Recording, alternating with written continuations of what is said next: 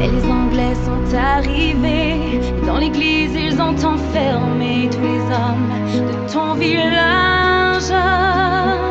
Et les femmes ont dû passer avec les enfants qui pleuraient toute la nuit sur le rivage. Alors pendant plus de 20 ans, tu as recherché ton amant à travers toute l'Amérique. Devant toi était étendu sur un grabat un inconnu, un vieillard mourant de faiblesse. Gabriel mourut dans tes bras et sur sa bouche tu déposas un baiser long comme ta vie. Ton nom c'est plus que l'Acadie, plus que l'espoir d'une patrie. Ton nom dépasse les frontières. Ton nom c'est le nom de tous ceux qui malgré qu'ils soient malheureux croient en l'amour et qui espèrent. Évangélique. Du grand déménagement, je n'ai pas pu m'empêcher de commencer avec la chanson Angéline. Très belle chanson, très connue dans le monde francophone. Par contre, l'auteur est Henry c'est Henry Wadsworth Longfellow, poète américain, protestant, professeur à Harvard, et il compose Évangeline, A Tale of Acadie, comme un long poème narratif. Donc, ce n'est pas une chanson, ce n'est pas une traduction. Le texte raconte l'histoire d'Évangeline et Gabriel, deux amoureux acadiens séparés lors du Grand Dérangement, déportation des Acadiens par les Britanniques en 1755.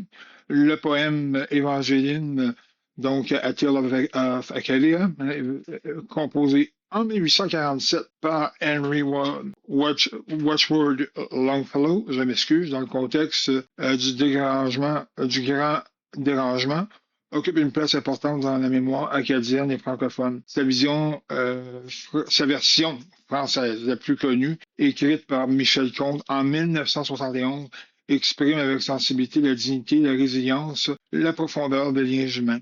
C'est surprenant qu'un Américain ait écrit là-dessus. Pourquoi Longfellow a écrit ce poème? Il découvre l'histoire du grand déménagement et en est bouleversé. Longfellow apprend l'histoire de la déportation des Acadiens en 1755 grâce à un ami, Nathaniel Harcourt, qui lui raconte la légende d'une jeune Acadienne séparée de son fiancé. Cette histoire d'amour tragique, enracinée dans un drame historique, le frappe profondément. Il voit dans Évangeline une héroïne universelle, fidèle, perte, exil et résilience. D'ailleurs, dans la chanson, on pourrait dire que ça ressemble à une tragédie grecque, d'une certaine façon. Il veut notre ami Longfellow, il veut donner une voix à un peuple dont l'histoire est méconnue. Particulièrement au milieu du 19e siècle, l'histoire acadienne est pratiquement inconnue aux États-Unis. Longfellow, qui aime les récits épiques et les peuples opprimés, décide de raconter cette tragédie pour la faire connaître au grand public. Et comme je le disais, il n'est pas acadien, mais il est sensible aux injustices historiques et aux drames humains. Il cherche un sujet poétique puissant. Longfellow est un poète romantique. Il cherche des récits qui permettent d'explorer l'amour fidèle, la perte, l'exil. Donc, ça y apparaît totalement quelque chose de parfait. Évangeline lui offre un matériau littéraire idéal, une histoire simple mais universelle portée une histoire tragique. Il veut créer un mythe littéraire américain. Ça peut nous surprendre, mais c'est vrai que les Acadiens, la Louisiane, c'est lié aux États-Unis. Mais donc, en voulant ce mythe littéraire américain, Longfellow souhaite écrire un grand poème narratif comparable aux épopées européennes et choisit un sujet nord-américain pour créer une œuvre qui s'inscrit dans l'identité culturelle du continent. Le texte, quand on le lit en anglais, c'est shakespearien plutôt. Évangeline devient rapidement un symbole littéraire aux États-Unis et un symbole identitaire chez les Acadiens. Ceci vous ayant été révélé, je vais mettre la chanson en lien. Vous pouvez la trouver facilement. Le poème aussi, je vais tâcher de le mettre en lien. Voilà. Je poursuis. On arrive au grand déménagement. Le grand déménagement est une tragédie née de la peur de la guerre et de la politique impériale. Malgré l'exil, la dispersion et l'oubli, l'Acadie a survécu et continue de vivre dans la culture, la mémoire et la communauté d'aujourd'hui. Hein. Le Grand Dérangement est l'un des épisodes les plus tragiques de l'histoire de l'Amérique du Nord, pour du moins les descendants européens, entre 1755 et 1763. Les Acadiens sont déportés, dispersés, internés, déracinés. Ce document retrace l'ensemble du contexte militaire, politique et humain qui a mené à cette catastrophe, ainsi que ses conséquences jusqu'à la reconnaissance officielle avec la proclamation royale de 2003. On va y revenir. Alors, comme je vous l'ai dit dans les dernières semaines, il y a un contexte militaire. L'affaire Jumonville-Glen en 1754 et la déroute du général Braddock en 1755 plonge les Britanniques dans une panique militaire. Les Français semblent prendre l'avantage dans la vallée de l'Ohio. Les autorités britanniques craignent que la population francophone de la côte atlantique se rallie à la France, donc d'avoir un ennemi, une cinquième colonne. Les Acadiens, sujets britanniques depuis 1713, une partie des Acadiens sont sujets britanniques depuis 1713. On peut voir ici, en fait, c'est la Nouvelle-Écosse d'aujourd'hui. Là, il y a des flèches, c'est pour expliquer le grand déménagement, le grand dérangement, excusez-moi. Et puis, vous avez l'île du Cap-Breton, qui est l'île royale, et ça, c'est l'Acadie qui est demeurée française. Donc, les Acadiens, sujet britannique, avec le traité d'Utrecht de 1713. Alors, je répète, les Acadiens qui se trouvent ici, à Grand-Pré, à Port-Royal, à Annapolis, depuis le traité d'Utrecht, sont légalement des sujets du roi d'Angleterre. Ils parlent français. Ils sont catholiques et refusent de prêter un serment d'allégeance complet. En temps de guerre, cette neutralité est perçue comme un danger, d'autant plus que la Nouvelle-Écosse, c'est une zone importante à contrôler quand vous êtes une puissance maritime comme l'Angleterre. En plus, depuis 1713, les Anglais ont fondé un port qui porte le nom d'une ville du Yorkshire, Halifax, donc 1749. Pas toujours révisé. On a un cas en particulier. Le plan est simple. On les fait venir. La chanson le dit. C'est un dimanche matin. Les Anglais sont arrivés. Alors, eux, ils ne réalisent pas qu'ils sont dans une position dangereuse. Alors, la décision est prise et on va avoir. En fait, les Britanniques sont un peu embêtés au point de vue légal. Comment on fait? Là, on est au 18e siècle. En fait, on fait venir un juge, donc un juriste, qui dit, ben écoutez, ils ont jamais ce sont des sujets du roi d'Angleterre. Donc, le roi se doit de protéger leur propriété. Mais, étant donné qu'ils n'ont jamais fait le serment complet, et il y a aussi une histoire religieuse, mais ils n'ont jamais fait le serment complet au roi d'Angleterre, eh bien, on peut saisir leur propriété et les déporter. C'est ce qui va arriver. Pourquoi on veut saisir les propriétés? C'est à peu près les meilleurs au point de vue dans les zones agricoles qu'on peut avoir sur l'île en fait, la presqu'île, pardon, de la Nouvelle-Écosse. Et on veut faire de la place à des colons. Et surtout, on veut se débarrasser d'une potentielle cinquième colonne. On veut que la marine britannique puisse avoir la paix et les soldats qui vont y transiter à Halifax soient tranquilles. Donc, il y a une certaine cohérence, je dirais, dans la décision horrible des Anglais, mais ils ne sont pas les seuls. Donc, c'est ce que je disais, 1713, traité d'Utrecht, que l'Acadie est cédée à la Grande-Bretagne, en fait, sauf l'île Royale. Fondation d'Halifax en 1749 comme port. 1754, c'est vraiment le début des hostilités franco-britanniques en Amérique. C'est l'Ohio. Ça a commencé en Ohio. En 1755, on est fixé, il y a un état de guerre. C'est seulement en 1756 qu'officiellement la France et l'Angleterre se déclarent la guerre, mais la balle est commencée ici. Donc, qu'est-ce qui arrive? Ça presse, et il faut faire de la place. On a des plans de déportation, on prend les Acadiens à Grand Prix, on les prend un peu de vitesse, et puis on les amène à Halifax. À Halifax, on les met sur des bateaux, et puis là, on les envoie dans les colonies du Sud. C'est vraiment ça, les 13 colonies. Alors, comme je disais, il y a des endroits qui ne sont pas avisés, qui vont recevoir des Acadiens. Et Acadiens, Français, c'est pas mal, c'est la même chose pour eux, on peut penser. Puis, donc, par exemple, le gouvernement de Virginie n'est pas visé. Puis la Virginie, ben, avec ce qui s'est passé avec Locke et puis Washington, ils sont probablement pas très francophiles. Le bateau arrive en Virginie et puis ben on dit non, on va y retourner en Angleterre. Alors les gens qui finissent par les Acadiens qui survivent se rendent en Angleterre. Eh bien, en Angleterre, ben, même si là il semble avoir un malentendu. Est-ce que c'est des sujets du roi? On décide de finalement c'est les Français, on est en guerre contre la France, donc c'est finalement des ressortissants français. En quelque sorte, on les interne. Et puis, on va les retourner en France quand la guerre va être terminée en 1763. De toute façon, on va évoluer. Bon, on les déporte évidemment Boston, qui est ici.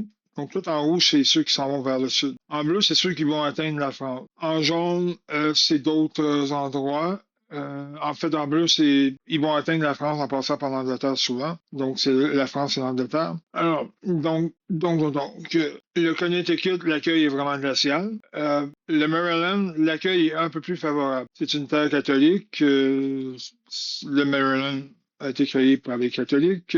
La Pennsylvanie, ça va être une bonne accueil. Les Quakers vont être fidèles à leur réputation, d'entretenir de bonnes relations et d'avoir un courant pacifique. Par contre, on voit que ça s'en va vers le sud. Hein. En Caroline, dans les Carolines, présence de huguenots protestants français ou des gens qui descendent de huguenots français. Alors là, il n'y a pas un très bel accueil. En plus, ben, il se trouve être pas nécessairement très très loin de la Nouvelle-Orléans, qui est française. Encore, ils se font attraper en 1759.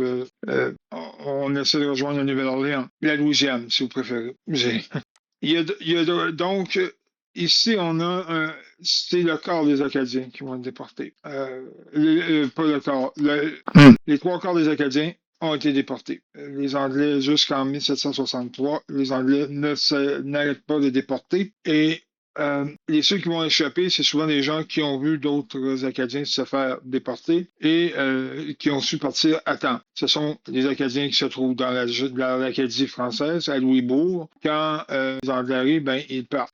Ceux qui sont à l'île Saint-Jean, qui est aujourd'hui l'île du Prince-Édouard, la province canadienne de l'île du Prince-Édouard, quittent aussi. La plupart vont s'en aller. Quand Louisbourg tombe, il y en a qui s'en vont vers la France. Louisbourg tombe en 1758 et d'autres vont rejoindre la milice canadienne. C'est pour ça que d'autres vont aller s'installer plus. Ça va prendre un certain temps avant qu'ils puissent aller là, mais le Nouveau-Brunswick, ce qui est aujourd'hui le Nouveau-Brunswick, j'entends, évidemment. Alors, voilà. Ça bouge comme ça. Des familles sont défaites, il y a des morts. Bon, c'est vraiment que 1700 en France, où l'accueil est froid, en France, se battre pour le Canada en 1758 n'est pas la chose la plus populaire. Hein. On a Voltaire, on a en fait aussi la guerre va très mal en Europe, alors on commence à penser à une paix pour sauver les meubles, donc la Prusse et l'alliance avec l'Autriche ne donnent pas ce qui est attendu, donc et aussi il y a un choc culturel. Hein. Les Acadiens, ça fait des décennies qu'ils sont plus en France, hein. Donc on les renvoie à Brest, ils sont pas bretons, ils sont ce qui va arriver, il y a une méfiance. Mais les gens, c'est surtout les Acadiens qui vont passer par la France et qui vont s'en aller ensuite vers l'Espagne, vont passer ensuite en Louisiane espagnole parce que, voilà, la Louisiane devient espagnole en 1763. Et ce sont eux qui vont contribuer à la naissance, en vert ici, à la naissance de la culture cajun. Donc, environ un quart des Acadiens échappent à la déportation. Ils rejoignent les milices canadiennes, combattent aux côtés des Canadiens, s'installent dans la vallée du Saint-Laurent. Et finalement arrive la fin de la guerre. On a un personnage qui est, bon, le général Murray. Lui, il critique en quelque sorte la déportation, les efforts qui ont été mis dans la déportation, elle a peut-être été trop loin. C'est un militaire. Après la cession du Canada, il s'appelle James Murray en passant, observe les conséquences du grand dérangement. On a peut-être, c'est un militaire pragmatique. Il ne veut en aucun cas que les Acadiens retournent en Nouvelle-Écosse. La Nouvelle-Écosse, c'est une base maritime, elle doit être sécurisée. Et de toute façon, les terres ont été saisies et données à d'autres personnes. Donc, c'est pas une bonne idée que les Acadiens retournent là, retournent en Acadie. Les ceux qui ont été déportés. Murray se demande, au bout du compte, par contre, si 10 ans de déportation, ça dure 1755-1763, mais parce que Murray, lui, est un peu dans une situation, c'est-à-dire les Acadiens, à partir de 1763, peuvent revenir, ils peuvent s'installer dans les territoires qui sont contrôlés par les Britanniques, sauf en Nouvelle-Écosse. Ça, il n'y a pas question. Donc, mais il se questionne vraiment à savoir, il y a beaucoup de militaires britanniques qui vont ceux qui ont été au plein d'Abraham et tout, qui se demandent si ça valait la peine d'avoir mis autant d'énergie parce que c'est en 1755. Et finalement, 10 ans, même pas 10 ans après, c'est 8 ans plus tard, la France renonce à tout, mais à tout en Amérique du Nord, sauf Saint-Pierre et Miquelon et, et certains droits de pêche sur le banc de Terre-Neuve. Donc, ce qui va arriver, les Acadiens, ben, beaucoup, étant donné qu'ils ne peuvent pas retourner en Nouvelle-Écosse, ils vont s'installer dans l'endroit qui est le plus près, ce qui fait qu'il y a beaucoup de mes compatriotes qui pensent que l'Acadie, c'est le Nouveau-Brunswick, mais non, ce n'est pas le Nouveau-Brunswick, ça fait partie de la province of Quebec, dans la première division du territoire en 1763. Et puis après, il y a très peu d'immigration anglaise. Allez jusqu'au début de la guerre de l'indépendance américaine, il y a très peu d'Anglais qui sont vraiment intéressés à venir s'installer au Canada. Alors, quand ceux-ci vont arriver, ben là, on va créer des zones séparées. Le Nouveau-Brunswick est créé en 1791, mais c'est une terre où il y a beaucoup d'Acadiens. Mais c'est pas parce que c'est l'Acadie. L'Acadie, c'est ici. Donc, alors, on arrive à la proclamation royale de 2003. Les Acadiens vont survivre, vont survivre, parce que même avant la chanson angélique, bon, bon, les noms acadiens, c'est Le Boutillier, Cormier, Leblanc. Donc, c'est resté très présent et c'est vu un peu comme dans... Voilà. Donc, on a laissé les choses passer parce qu'évidemment, on veut pas... ben, c'est plate, mais là, maintenant, vos terres, vous les avez plus. Et puis, les gens ont acheté les terres. C'est qu'est-ce qu'on fait? On peut pas revenir vraiment en arrière et ça va rester comme ça pendant un bout de temps. Ce qui est intéressant, c'est que je me rappelle, je suis en 2003, je suis en Angleterre. Je torture des Britanniques. C'est-à-dire, je renseigne les Français. Enfin, j'essaie de les faire parler en français.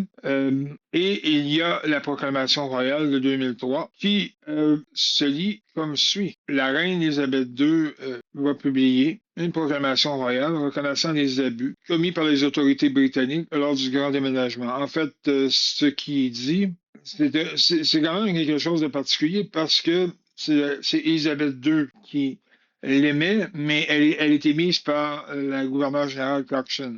Donc, parce que pour agir en tant que reine du Canada, roi du Canada, c'est le gouverneur général qui doit agir.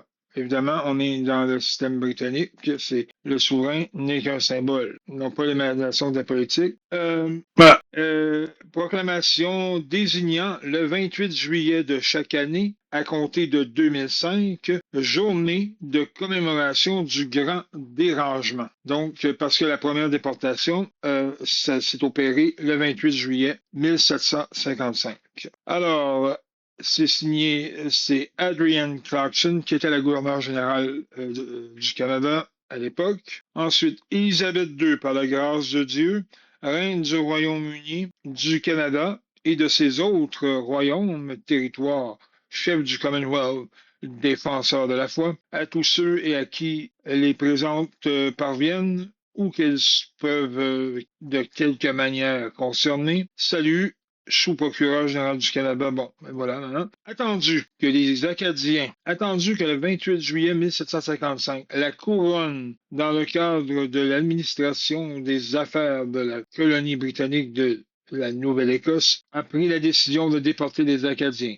Attendu que la déportation du peuple acadien, communément appelé le Grand Dérangement, s'est poursuivie jusqu'en 1763 et a eu des conséquences tragiques, plusieurs milliers d'Acadiens ayant péri par suite de maladies, lors de naufrages, dans leur lieu de refuge, dans les camps de prisonniers de la Nouvelle-Écosse et de l'Angleterre, ainsi que dans les colonies britanniques en Amérique. Attendu que nous reconnaissons les faits historiques mentionnés précédemment, ainsi que les épreuves et souffrances subies par les Acadiens lors du Grand Dérangement. Attendu que nous souhaitons que les Acadiens puissent tourner la page sur cette période sombre de leur histoire, attendu qu'en vertu de la Constitution du Canada, le Canada n'est plus une colonie britannique, mais un État souverain du chef du Canada et des provinces a succédé à la couronne du chef du Royaume-Uni dans ses pouvoirs et prérogatives à l'égard du Canada. Attendu que nous sommes, à titre de reine du Canada, investis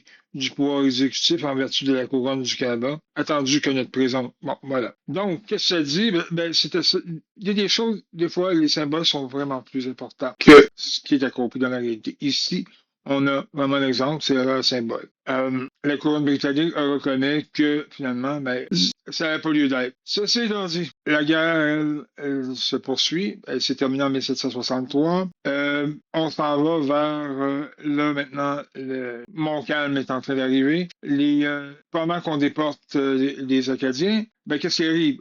C'est ça. Les Britanniques consolident leur position. Des milliers de soldats. Les Français commence à le faire aussi, parce qu'au début, on pense dans la stratégie française, en fait, il n'y a pas une unanimité en France. Hein. Voltaire peut dire ce qu'il veut, c'est les îles à sucre, le sucre est important, mais il y a des gens qui voient que géopolitiquement, l'Inde, le Canada, c'est important de le garder. On envoie quelqu'un, Montcalm. Je vais vous en parler dans la prochaine émission, le marquis de Montcalm, parce que l'historiographie québécoise, canadienne, française, on a dit que bon, ça n'a pas été un bon choix. Un Européen, il comprenait pas l'Amérique. Bon, ça c'est possible, mais en même temps, c'est pas non plus un mauvais choix que la France a fait. C'est quelqu'un qui est habitué en Europe aux guerres de guérilla, c'est-à-dire donc les coups de main. La Nouvelle-France, ça prend ce genre de commandant-là. Vous avez vu que j'ai été à Québec la semaine dernière. Il y a une nouvelle caméra qui s'en vient d'ailleurs. Je vais être capable de faire quelque chose d'un peu mieux, je crois. Mais je suis encore un peu dans un processus d'apprentissage. Mais vous avez vu le dénivelé, je pense, vous pouvez le voir. On parle de 52 mètres de dénivelé. Bon, on se dit comment les Français ont-ils pu perdre ça? Ça, on va y arriver. Là, on n'est pas là parce que aller jusqu'à 1757, 1758, jusqu'à la perte de Louisbourg, disons, c'est les bonnes années pour la France.